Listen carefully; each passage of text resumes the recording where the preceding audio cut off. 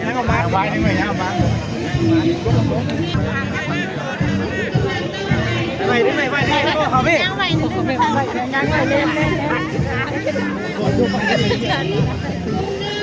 ก็ลืมเจ้าทุ่งเนี่ย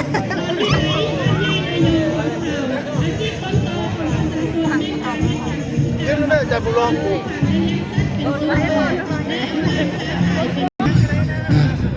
คุณระยองก็เป็นบ้านหนึ่งที่มีเศรษฐกิจก้าวหน้าทั้งด้านการปลูกฝังเลี้ยงสัตว์และก็อาชีพค้าขาย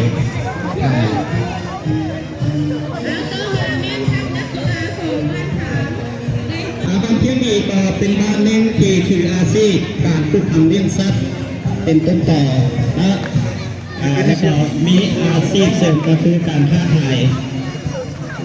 มีสองประเภทก็คือกีฬาหันตีแล้วก็กีฬาไปตั้งนะตอนนี้ก็เป็นอีกการหนึ่งที่อุดมสมบูรณ์มีอาชีพค้าขายเป็นสมองนะครับ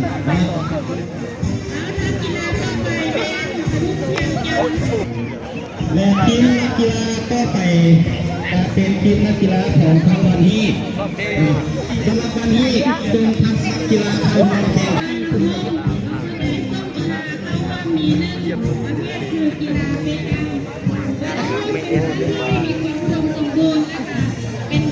ทุกเรื่องที่มีความอุดมหันมีทางด้านการผลิตเป็นต้นการปลูกมาสาลี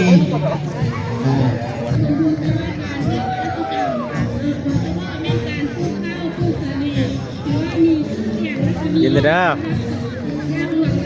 คือกีฬาเปตัง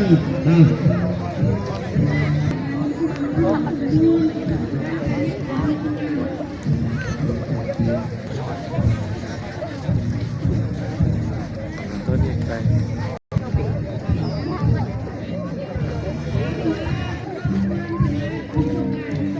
มีกำลังแรงในการสู่การผลิตและก็ยาสูบเศร้า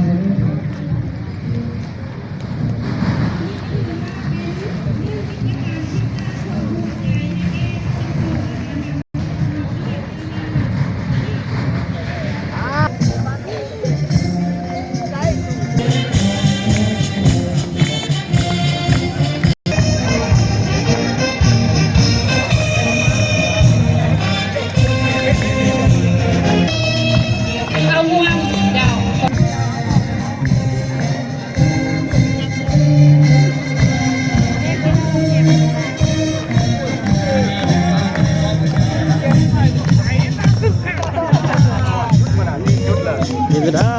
ถ่ายงานเลยถ่ายมากเลย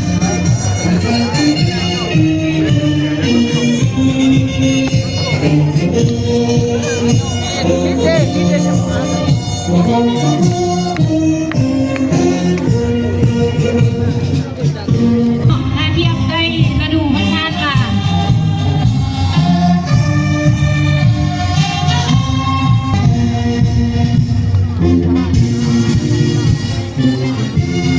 เกียรติคำห่วมในพิธีของเผ่ามื้อนี้เนาะคือดังที่เอาได้แจ้งไปอยู่ในนะเนาะก็เพื่อเป็นการจัดการแข่งขันกีฬาเนาะเพื่อ